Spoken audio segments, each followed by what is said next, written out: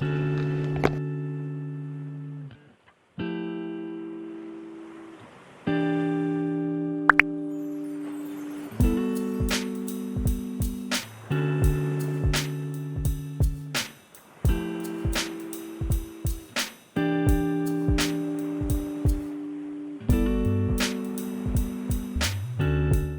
friends, what's up? Welcome back to my channel. If you're new here, my name is Gabby. I am a New York City based life and style content creator. I'm also a full-time PhD student at NYU studying pharmacology, and today's video is going to be quite different from the videos that I usually post. But today's video, I figured that I would sit down, we'd have a little chat session, and we talk about how the heck I managed to balance doing my PhD, which is a lot of my time, and also having a bunch of different creative outlets, and yeah, how I've kind of found my rhythm and how I'm hoping to grow this year on my channels, and kind of giving you tips on how to get started as well. Before we get into the video, be sure to head on over to my Instagram and hit that follow button. I'm trying so hard to get to 10K so that I can have the coveted swipe up function.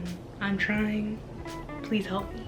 Also, be sure to give this video a big thumbs up if you liked this type of content. I'm kind of playing with my video ideas for the year, so if you liked it, give it a big thumbs up. Also, be sure to hit that subscribe button. I post mostly New York City vlogs, so if you're into the vlog vibes, definitely hit that subscribe button. And yeah, we have some fun style videos coming as well, so cool. So if you are new to my channel, this is the first time you're seeing me, there's some facts that you maybe should know. Yeah, so like I said, I'm a full-time PhD student. I am currently a third year, and I'm a PhD candidate. So I took my qualifying exam, thank you Jesus, and now I am doing my research thesis project, and I'm also taking one class this semester, which is not, it's not like I finished classes technically last spring, but there was a class they were offering this semester that looked super interesting, so I was like, let's do it.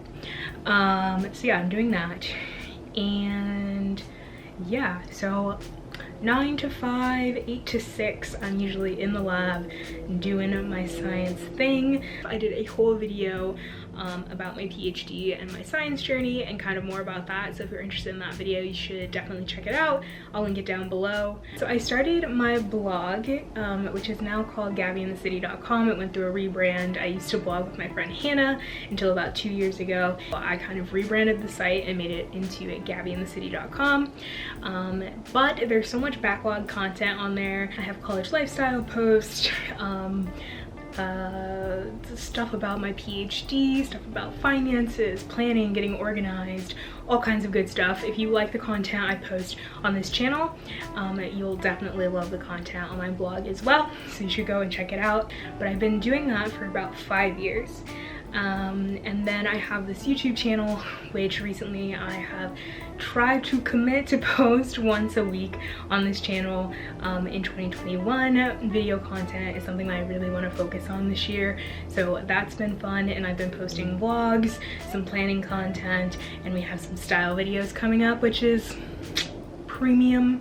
And then I also have a freelance design studio that I run, where I do branding, graphic design, web design, web development, that kind of stuff, and all of that is located on GabbyWhiten.com. It's more of my professional website. So yeah, but that's kind of like my different like channels that I post on. I also do all the socials, so Instagram, Twitter, TikTok, Pinterest, the gambit. My number one tip for like balancing school or work or jobs or whatever you've got going on is to get organized. When I have my ish together, it's normally because I have everything planned out, everything organized. I know exactly what I'm going to be doing at pretty much any hour of the day, which can be quite overwhelming, but for me, I like that. I'm very type A, so it actually helps me with that. I think Also, if you don't want to have like every hour scheduled, definitely like batch working, and saying like, okay, Tuesdays and Thursdays I'm going to devote, you know, 2 hours to filming and editing a video, or I'm going to devote Saturday afternoons to writing a blog post. So you can do stuff that's like as simple as that, but I do have a few tools that I use to stay organized.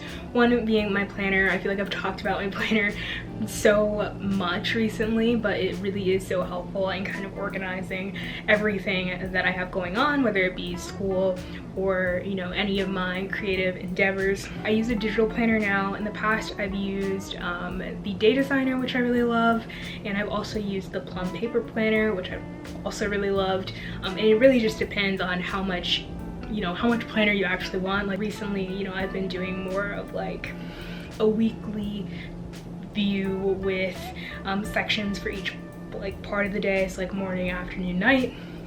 So it really just depends on what you want out of a planner, but those are the ones that I have used. Also really love like desktop or web apps to put to-do lists, or to, you know, write drafts, or to brainstorm, or to plan out videos or blog posts. My favorites are Notion, which I know is very popular choice to use, and I'm kind of still playing with it, but I love the functionality and kind of all the different options that you have to kind of organize different types of content, which is nice. And then to draft my blog posts, I use Evernote. I also use Evernote quite a bit to plan out my experiments for lab. I like that a lot. And then we have very obvious things like Google Calendar or any really calendar app. I like to do that if I have like Zoom calls. If I'm going to be like a guest on a podcast, I really like when the hosts use like Google Calendar or Calendly or some type of scheduling app that makes it really easy to integrate into my schedule, and it just helps me with organization and things. So yeah, I really like kind of digital calendars for collaborative things. And then for my creative business, I just recently subscribed to Honeybook, which is a client management system, a CMS, I think is what it's called. And I really like this because it helps me organize projects and put them on timelines, so I know like where my projects are overlapping, what stage they're in. It helps me organize all of my emails and files, and I guess my client workflow, and sending emails to potential new clients and following up on leads and all kinds of stuff. So I'm having a really good time setting that up, and it's been really helpful just with organizing more of my like freelance work, which is really premium. Because I will say, like, for me, because I don't have a lot of time to do kind of task work that could easily be, you know, done through some type of service or program or app, like I'm always going to choose that because it's saving me time, and time is money. Another tip that I have is to be realistic and set a schedule or posting time that you can meet at least once a week. Like, hear me out. This is something that I struggled with, but something that I realized, and something that I feel like all creators should keep in mind, is every single algorithm on pretty much every public platform, this is Instagram, YouTube, TikTok, the algorithm craves consistency. Like, it wants you posting content, and it wants people to engage with that content, and it wants to keep people in their apps. So they want like the top content that's, you know, the most engaging to be always at the forefront. So the secret, really, which is not really a secret, it's actually quite obvious, and I think literally every video about this topic says it. It's like, literally be consistent. Even if it's once a week that you're posting on Instagram or YouTube or on your blog, whatever, like that will literally change the game. I did this for 1 month, January 2021, where I posted 4 out of the 5 Sundays. Always on Sunday, always like evening, nighttime. And every single statistic, whether it be views, watch hours, revenue, ad revenue, subscribers, was all up over 300% just from me consistently posting every single week. what? Color me shocked. It's so obvious, but it's so true and it works. Like, just be realistic and say, I can post a blog post once a week, and literally just do it. That's like simply, like, I get in the video there. Like, we could just click, stop. Definitely consistency. It's something that took me like 5 years to figure out, so like, don't know. Quality over quantity always. I don't know, it's just about being like intentional about the types of content that you post and like the quality and the value that you're giving others, I think is really important. So that's just something that I like to keep in mind as well. So I also think a great way to kind of balance your time slash save time is to outsource and hire freelancers and other creatives to do parts of your workflow that either you don't like doing or that you're not fast enough.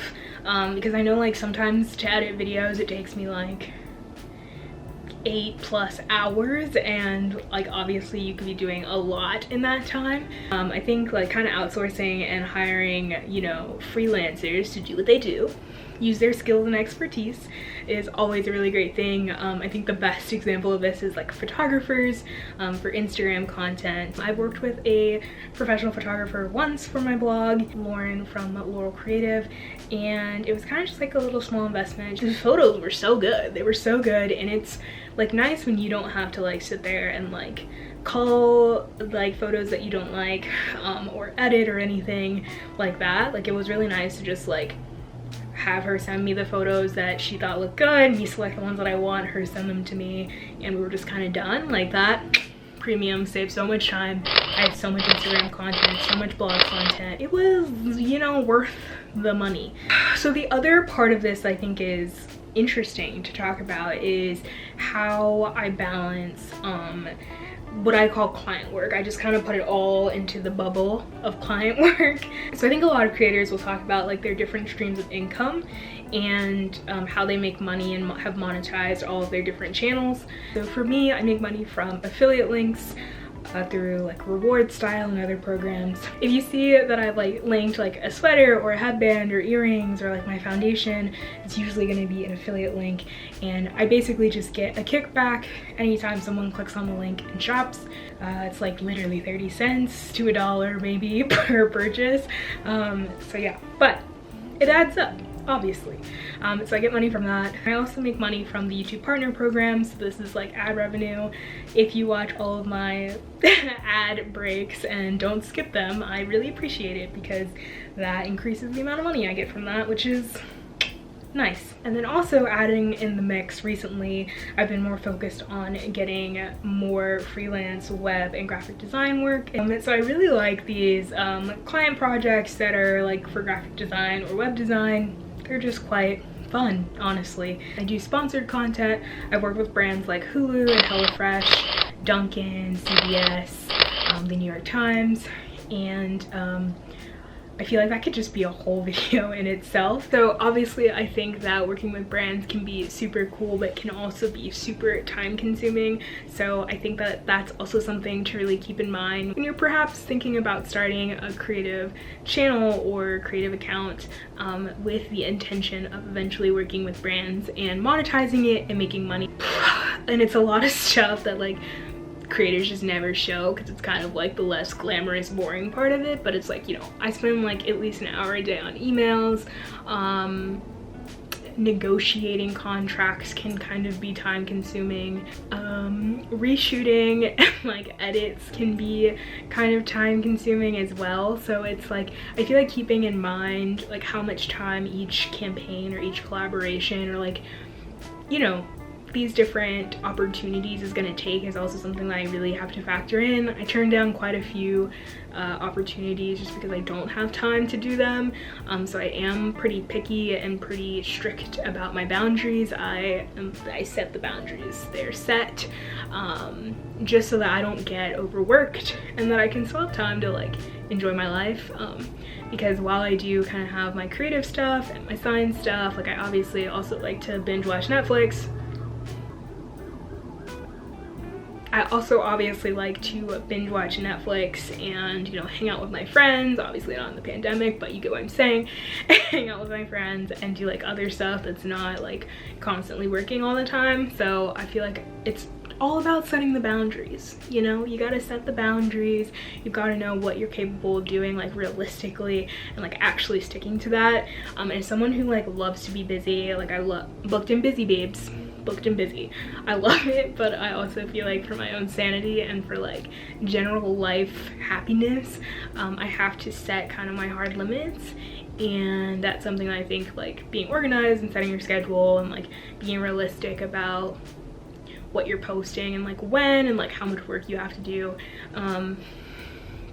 is really important for like balancing everything.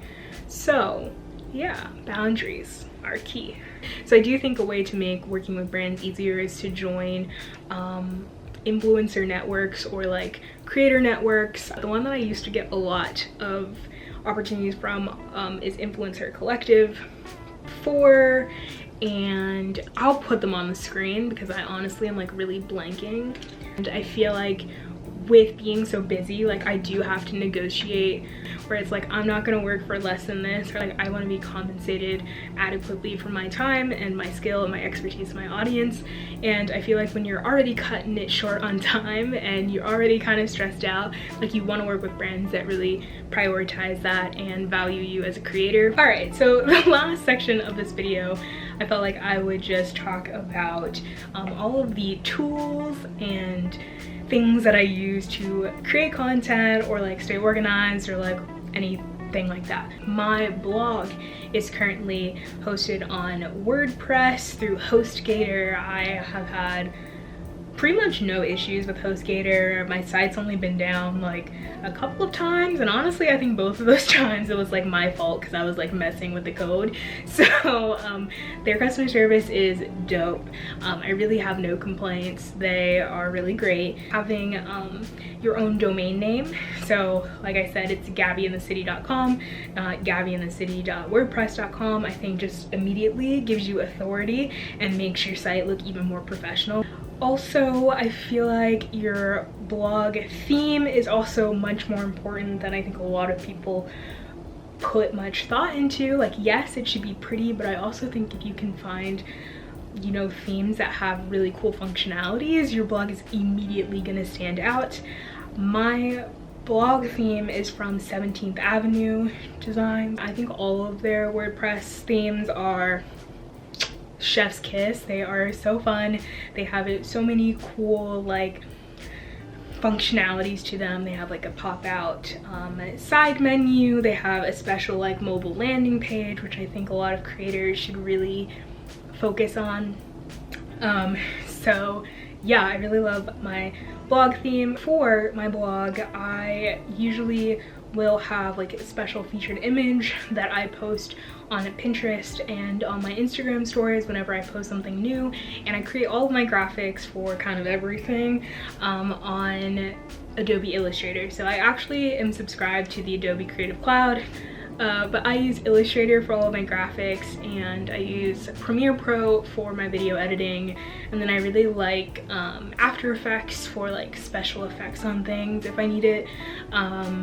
So yeah, I'm a big Adobe stan. I use Buffer to schedule. I used Buffer, I don't really use it a ton anymore, but you can use Buffer to schedule tweets, and you can, you know, have just like normal tweets where it's just like text and like silly random thoughts. And then you can also share, reshare old content, share new content, share other people's content. People on Twitter love that. So yeah, you can kind of have it set up to reshare and always be generating new Twitter content. In terms of actually creating content, I have my vlog camera, which at this point I film all of my YouTube videos on. I think the quality is just really great. So I use the Canon G7X Mark II, I think, for my YouTube videos. I really like it. I am gonna confess, I'm thinking about getting a new camera. This one's like 3 years old, and I feel like she's been through the ringer, so maybe we should get a new camera. But again, I use it for all of my YouTube videos, vlogs, sit-down videos. It kind of gets the job done. So, oh, and then I also use the Canon G7X for all of my Instagram photos. So like when the world was normal and we were not in a pandemic, I would simply just take this camera with me to brunch, or like when I was hanging out with friends, and I would simply just snap photos with this, and honestly really great quality and worked really nicely, and I feel like was just a step up from like just an iPhone photo, so that's why I kind of liked it, because it looked like I was potentially working with like a photographer or something, but I was not. And I also have the Nikon D5500. I use this for photography clients, and then I also use it for like still photography for my blog if I need it. And then I would also when I was doing more like style posts for my blog, I would have like friends or other bloggers that I would meet up with, and we'd take each other's photos, and I would use my Nikon D5500. I'm a Nikon stan, Nikon gal. I actually have no particular reason. I just feel like they have really great photo quality, and yeah, big Nikon gal for the DSLRs. But obviously this camera is a Canon, which I think does video really well, so yeah.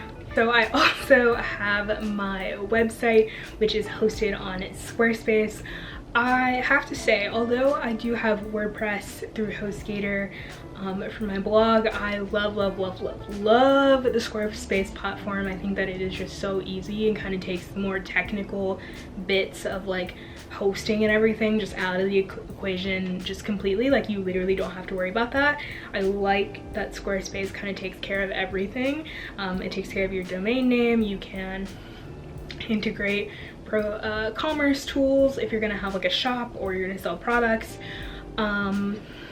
You can just kind of like integrate a bunch of stuff into it, so I just find that Squarespace is kind of like the best all-in-one inclusive platform. And there's also, it just, all the websites look very professional and very modern. I'm just a big Squarespace stan. Faux show. Other things that I have invested in are a Google Suite email account for both my website and my blog. So instead of using like the HostGator email or like just a Gmail, I have the Google Suite, so it has the Gmail kind of interface, but my email is like hello@gabbyinthecity.com and hello@gabbywhiten.com, and I like it because it's professional again, and I like that I can just open up all of my Gmail accounts and just kind of see everything there. Before I was just using the email that came with HostGator, which honestly always looked really sketchy, and I'm not really sure that it was super secure. Slash, I think there were a couple of times where my emails were getting lost or people were trying to email me and I never got them. So I like security, I feel like, of the Google platform. So I also have like 3 tripods. I have this one, which is for my ring light. Sorry, this was probably not the best way of doing this, but I have this tripod that is for my ring light, which I definitely recommend if you're gonna be a hardcore YouTuber and you're maybe confined by time and you're not necessarily gonna have daylight to film. I definitely recommend investing in a ring light. But I also really like this like phone tripod thing, so you can like put your phone into here and then have it in the tripod. Great for TikToks. I think this is like a really great tool to have, and it came with my ring light actually, so that was cool. And then I have a little short one that I use, you've probably seen it in my vlogs before, that's like a stabilizer, and it's like a short little like desk tripod that I frequently use for my vlogs. Oh, also, I feel like there are some creators out there who post a lot of content that's super valuable. I have purchased my friend Austin's ebook about pitching brands that I found very insightful and very useful, and it's very affordable as well. I follow a blogger named Emma from, I think her username is Emma's Edition, but she posts a ton of like content creation tips, and I think she has like a content creation podcast as well. So yeah, I feel like there's a lot of insightful content there. Cool, so I hope this video was helpful. I feel like it was kind of all over the place, but there was a lot to cover, and I wanted to make sure I was giving you all the details, giving you all the deets. But yeah, if you enjoyed this video, give it a big thumbs up and hit that subscribe button. I will catch you in the next video. Bye!